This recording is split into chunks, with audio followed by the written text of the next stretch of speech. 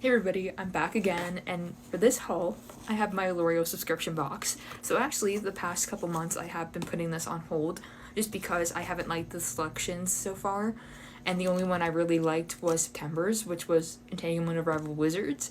So after September, I haven't really liked any of the other book selections for the other months, but then I saw a creator that I follow talk about the books for January, and one of them was a sapphic vampire romance.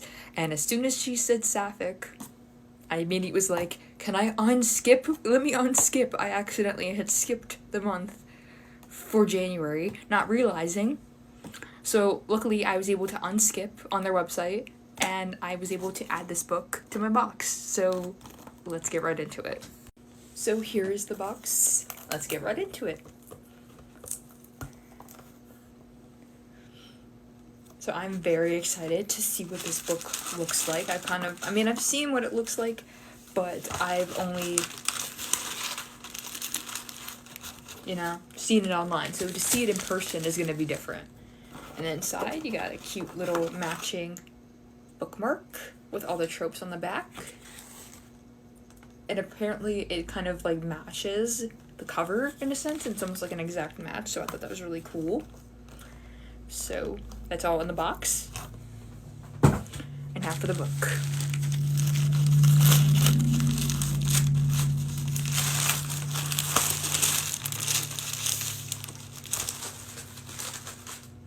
So the book I got, The Book of Blood and Roses by Annie Summerlee. I love these sprayed edges. It is so pretty. And then this is the back.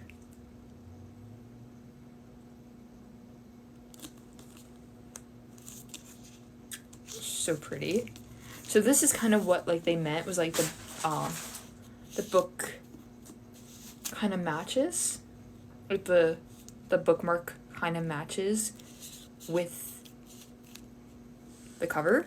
So like you can kind of see it there. Like it blends in perfectly.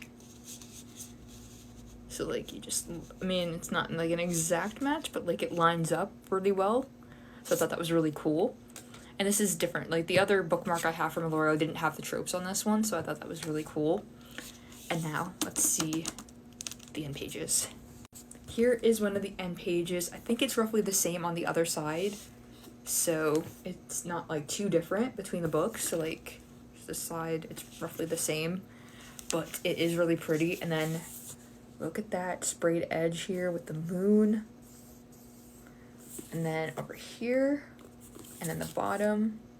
Oh my god, this is just so gorgeous. And then it's out of the dust jacket is a black with gold foil, so it just has the author and the publishing name and all that. It's really pretty. This is a different symbol. I'd have to look at my Entanglement of Rival Wizards because I don't remember this symbol being on here, so I think it's just based off of like where it gets published. But I thought that was really just a cool little symbol because it's different. And just overall with the dust jacket, I just love the color aesthetic. Like I just think that is so cool, and it just looks like it's like a work of art. Like you would find this on a painting, is what I'm saying. Like it's just so pretty. Safe to say Allurial knocked it out of the park with this. Just the fact that like the cover matches the sprayed edges perfectly. I'm like in awe. This is like a work of art right here. And this is definitely going to go on my TBR for January, or at least this year. I have a lot of books that I need to read. I have read 1 so far for January, and I have 11 more to go. So I obviously want to have a different start to this year in terms of reading, just because my classes won't start until March, just because the class that I'm taking is only a 3-month course. So I have January and February in a little bit of March to actually have time to myself before classes start again, and then go from there. So my goal for this year is really just to focus on having a better goal than last year and a better goal than the year prior. So hopefully this will make it, because I also have to read Entanglement of Rival Wizards, and I obviously want to tackle this giant stack behind me as I keep getting new books. So my goal is to at least try to tackle at least 1 or 2 books from the stack. Because obviously some of these are giveaway wins and I obviously want to read them. And then obviously I have Entanglement of Rival Wizards that I want to read. And in a publisher mail that I obviously want to read. And then all the other books that I keep getting from Dirty and Nasty bookstores. So I have a lot to read for this year. And then I obviously want to tackle a lot of ebooks and ARCs for this year. So it's like trying to prioritize. Who knows? As far as what I'm currently reading, I'm actually in the middle of Playing for Keeps by Alexandria Belfleur. And I am 4 chapters in. I'm using the audiobook on Spotify. And so far, I'm liking it. So I think I'm going to keep going. And I think this will be a nice read to add to my collection, obviously, if I get the paperback at some point. So I will let you guys know what I think when I finish the book. I also don't mind that it is loosely inspired by Taylor and Travis, and it's kind of like their fan fiction, even though they're not the main focus. Because, I mean, I read and write fan fiction for a living, so I will take fan fiction any way I can get. So, whereas some people might DNF it or soft DNF it because of that reason, but that's only because, to them, they are so deeply attached to Taylor and Travis, or in their case, either Taylor, because they love her and they support her music. Whereas for me, like, I will support Taylor in the background. I don't go stir crazy saying that I'm a Taylor fan or diehard fan, but I have been a fan of her since I was 6, so. But I don't let it cloud my judgment of a book, basically.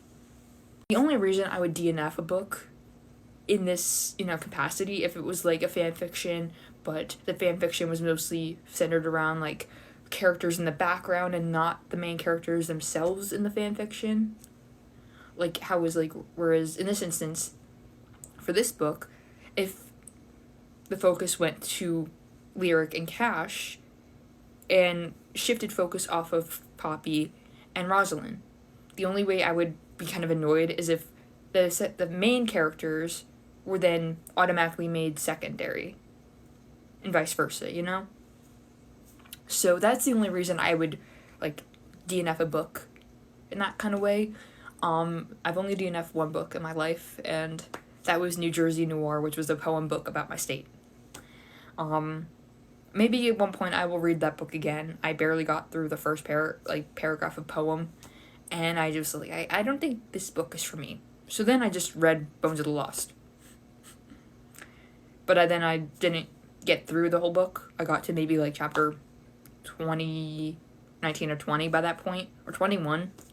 But I didn't have enough to do a presentation on it, or at least report about it. So, while I tried to read for my last year, it didn't actually happen. But then I obviously finished the book 3 years later. So, but that's a whole nother story. Overall, I think this was a really good pick for Allurial, and I can't wait to read it. So obviously make sure you're following my Goodreads, Storygraph, Fable, and anywhere else that I'm posting book updates.